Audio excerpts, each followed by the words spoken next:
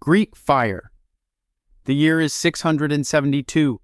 You are standing on the deck of an Arab warship sailing into the Golden Horn harbor of Constantinople, and you are about to watch something that should be physically impossible. The sea catches fire, not the ship, the sea itself. A liquid roaring across the surface of the water toward you, clinging to oars, to hulls, to the men who jump overboard to escape it. You cannot put it out. Water makes it worse. This is Greek fire, the most terrifying naval weapon the ancient world ever produced, and its formula died with the empire that created it. Byzantine chronicles name the inventor as Callinicos of Heliopolis, a Syrian engineer who brought the compound to Emperor Constantine IV.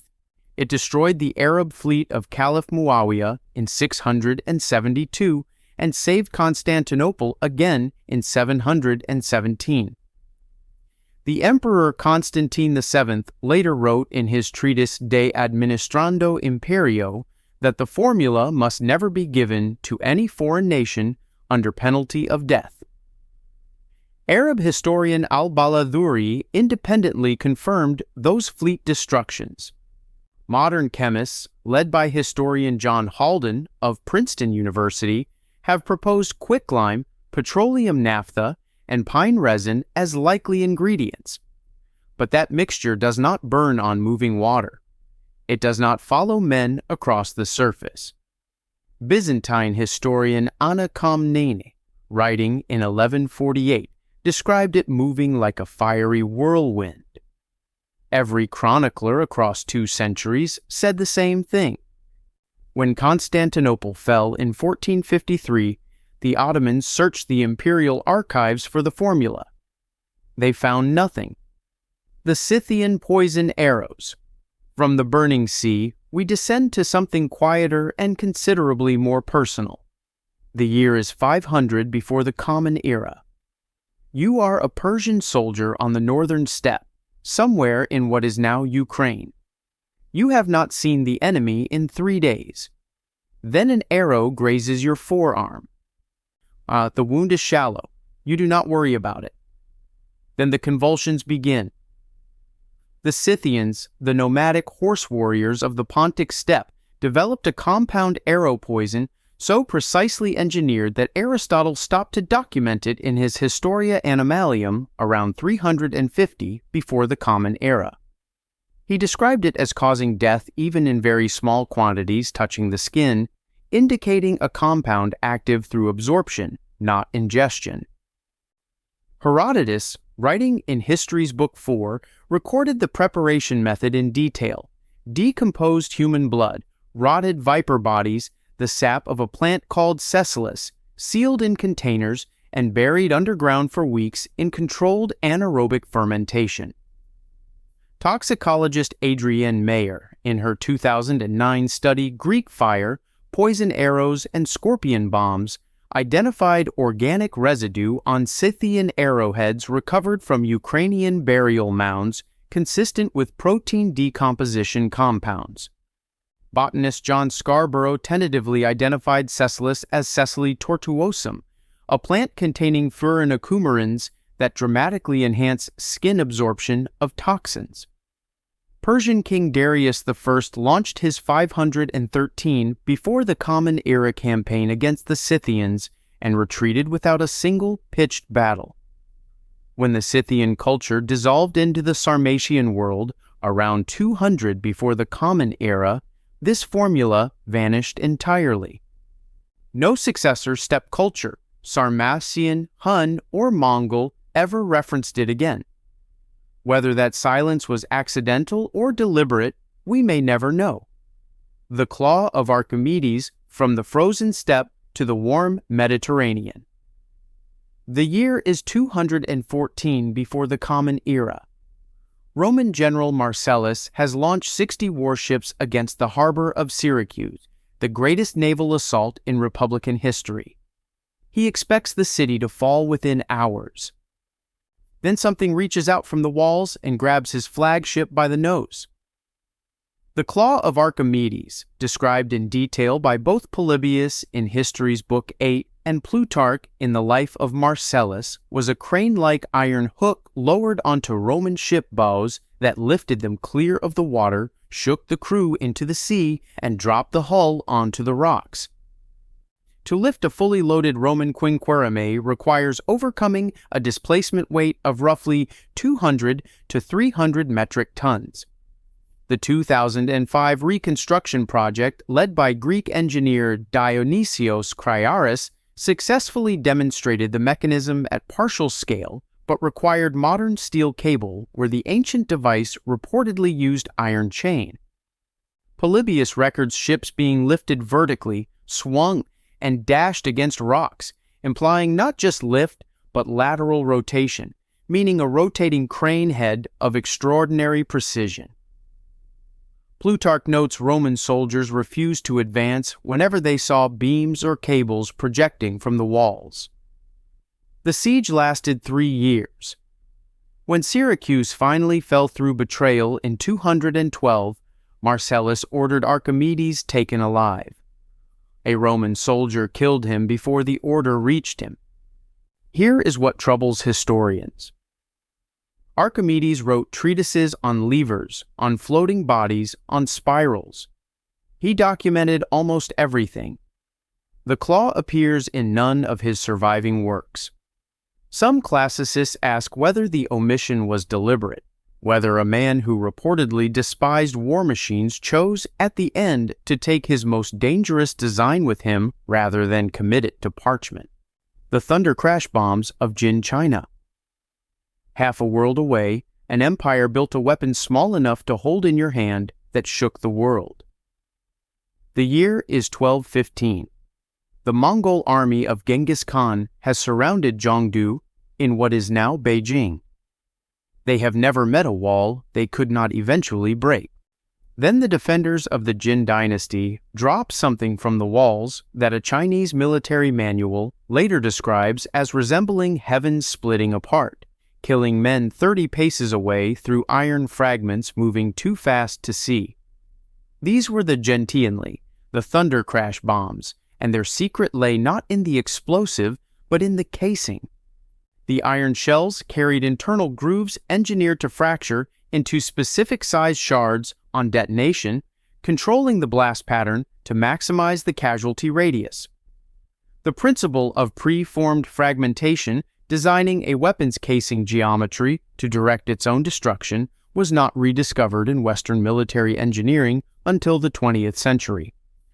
Military historian Stephen Haw, writing in the Journal of the Royal Asiatic Society in 2013, identified cast iron fragments recovered at Khwarezm in modern Uzbekistan, a site besieged by Mongol forces that same year, as matching Jin dynasty casting techniques.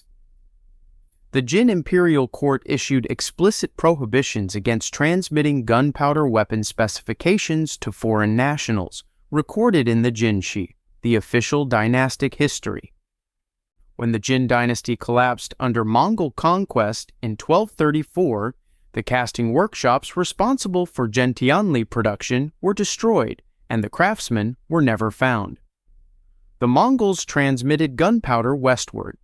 They did not transmit the engineering philosophy behind it. That specific idea that a casing could be made to destroy itself in a calculated pattern appears to have died in Zhongdu. Damascus steel and the carbon. Nanotube blade. From the walls of Zhongdu to the forges of Damascus, where the secret was not in the explosion, but in the atoms. Imagine you are a European crusader knight. You carry the finest sword German smiths can produce. The man across from you draws a blade with a pattern on it like flowing water and pulls it through a silk scarf. The scarf falls in 2 pieces before it has time to know it was cut. Then he turns it on your sword, and your sword breaks. Damascus steel blades, forged from Indian Wootz steel ingots, were documented extensively by Islamic scholars, including Al-Kindi around 850 and Al-Biruni around 1000 of the Common Era. Their cause was unknown for over 1,000 years.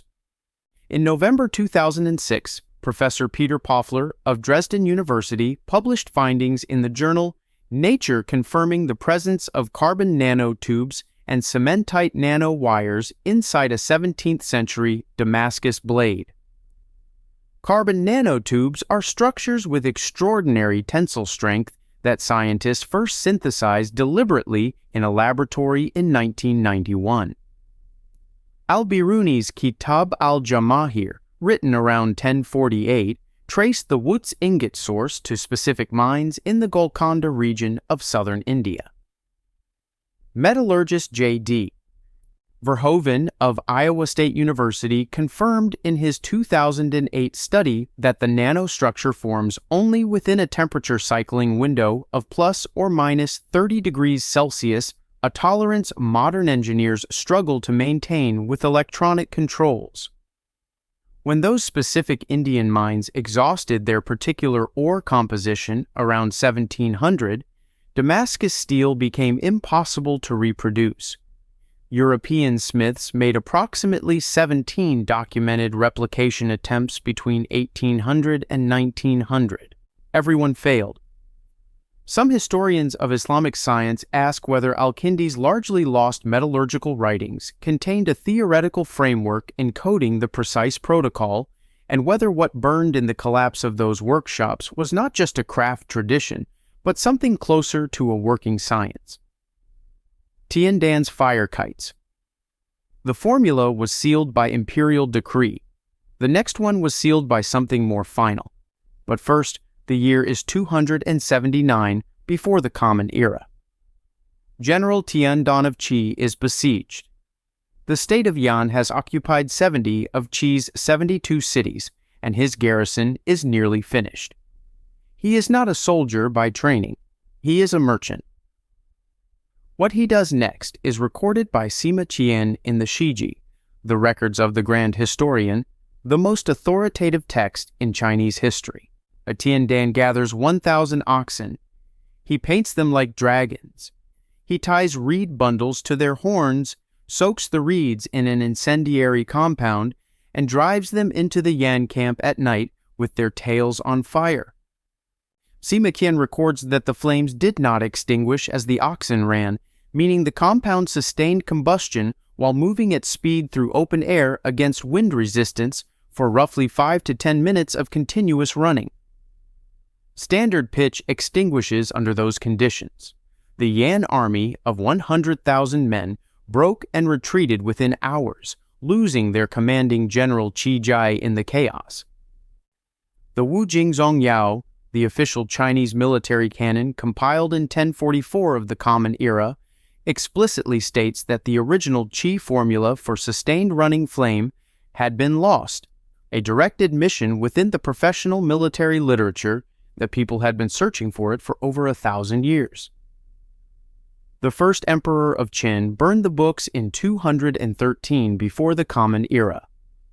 Archaeological excavations at Linsi, the ancient Qi capital, recovered bronze vessels containing carbonized organic residue interpreted as incendiary compound storage, with gas chromatography identifying petroleum derivatives and unidentified aromatic compounds.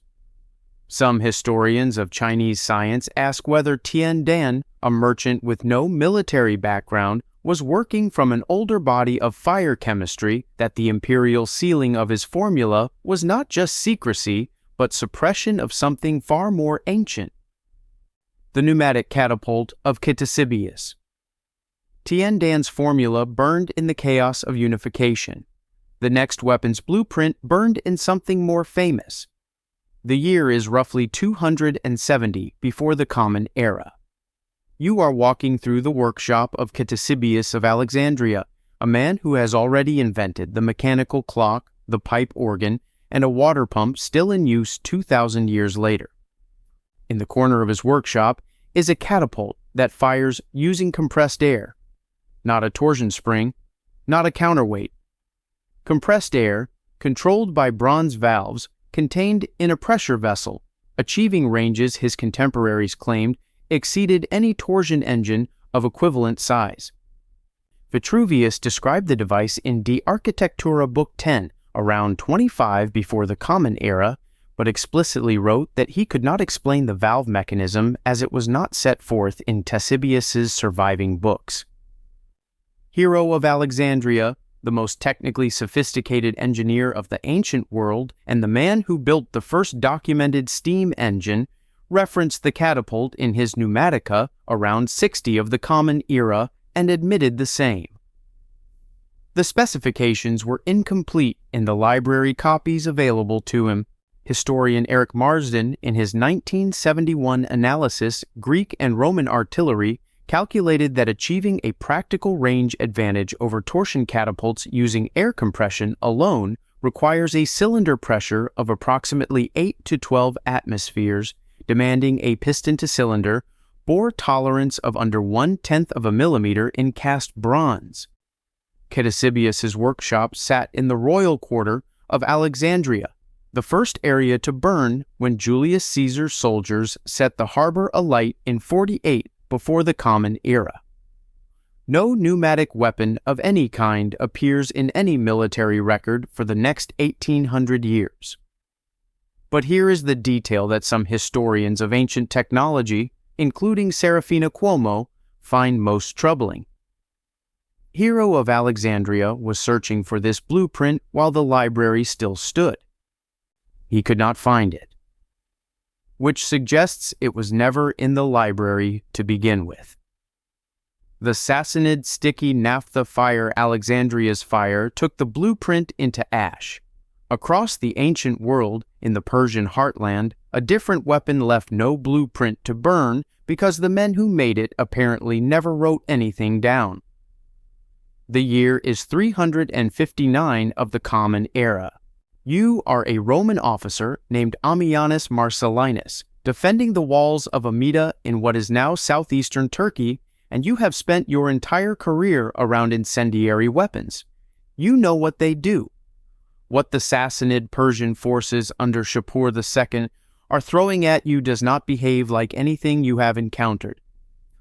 Ammianus, writing in Res Gesti Book 19 around 390, records a compound thrown in clay spheres that adhered to surfaces burned through water application and was deployed against both siege equipment and personnel. His language specifically distinguishes it from every other incendiary he had previously observed. The siege of Amida lasted 73 days and ended in Persian victory. Historian John Halden and Morris Byrne, writing in Byzantine and Modern Greek Studies in 2006, noted that the adhesion behavior Ammianus describes on metal armor surfaces requires a polymer component, a long-chain molecule not consistent with simple petroleum or plant resin, pointing to either a biological polymer source or a synthesis process that modern chemistry has not identified from the available description. The Sassanid Empire fell to Arab conquest in 651. Arab military records from the following century contain no reference to inheriting or deploying a comparable adhesive incendiary. Greek fire appears in Byzantine records for the first time 21 years later in 672. Some researchers note that Callinicos of Heliopolis, the man credited with bringing Greek fire to Constantinople, came from the eastern Mediterranean in the years immediately following the Sassanid collapse. Whether the timing is coincidence or the trail of a formula moving westward as an empire fell, we cannot say with certainty. The Archimedes heat ray. The Sassanid fire stuck to everything it touched. The next weapon on this list did not need to touch you at all. It just needed the afternoon sun and the right angle. The year is still 214 before the Common Era, and Archimedes has a problem. The Roman fleet he could not sink with the claw is still in the harbor. According to Byzantine historian John Tzetzes, writing in his Chiliades around 1150 of the Common Era, Archimedes solved this problem with an array of polished bronze mirrors focused on the Roman ships until they caught fire at a distance. The claim does not appear in Polybius or Plutarch, the primary source historians of the siege, which gives mainstream historians reason to treat it cautiously. but 3 separate modern replication teams have produced results worth considering. In 1973, Greek naval researcher Ioannis Sakis used 70 bronze mirrors, each 1.5 meters square, operated by Greek Navy sailors, and successfully ignited a wooden vessel at 50 meters in approximately 3 minutes. In 2005, a team at MIT achieved char ignition at 30 meters. Mythbusters, testing with 500 mirrors in 2010, failed, primarily because maintaining mirror alignment on a moving target proved impossible. That last detail is the critical variable. Every failed replication used flat mirrors requiring coordinated human aiming. In 1976, scholar G.J.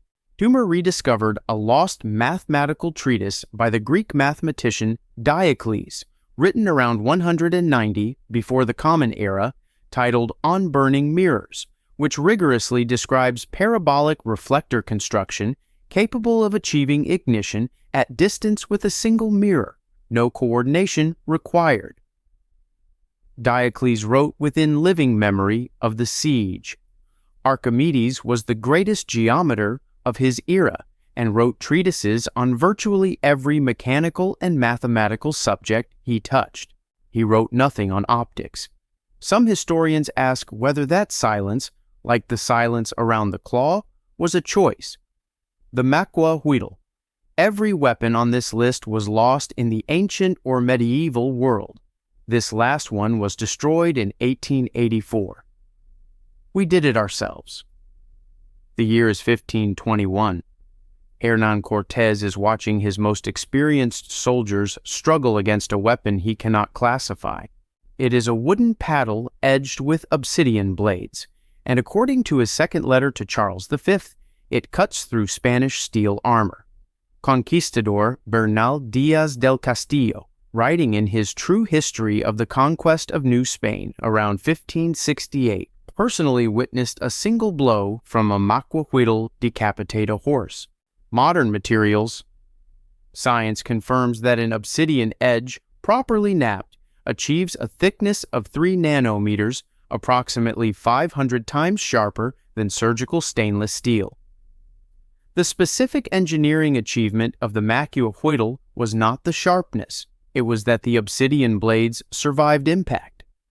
Pure obsidian is extraordinarily brittle, a blade that sharp should shatter on contact with armor or bone. Materials scientist Janet Broughton of UC Davis confirmed the edge geometry via electron microscopy in 2012, but noted the impact resistance problem remains unresolved. Every modern replication team encounters the same failure mode: achieve the sharpness and the blades fracture on impact, or retain the blades and compromise the edge. The groove geometry and binding compound of the original formed an integrated system whose specific parameters are not reconstructible from fragmentary evidence alone. Spanish soldiers captured multiple specimens during the conquest and transported them to Europe. At least one confirmed example sat in the Royal Armoury of Madrid until July 13, 1884, when an electrical fault during restoration work ignited a fire that destroyed it, along with hundreds of other irreplaceable artifacts. Archaeologist Francis Burdon of California State University, San Bernardino, suggests the Maquahuitl was not a single design, but a 200-year developmental lineage of regional variants, each optimized differently. What burned in Madrid was possibly the most refined iteration of that entire lineage. We may never know because we are the ones who lost it. 10 weapons, 10 moments where human knowledge reached something extraordinary and then closed.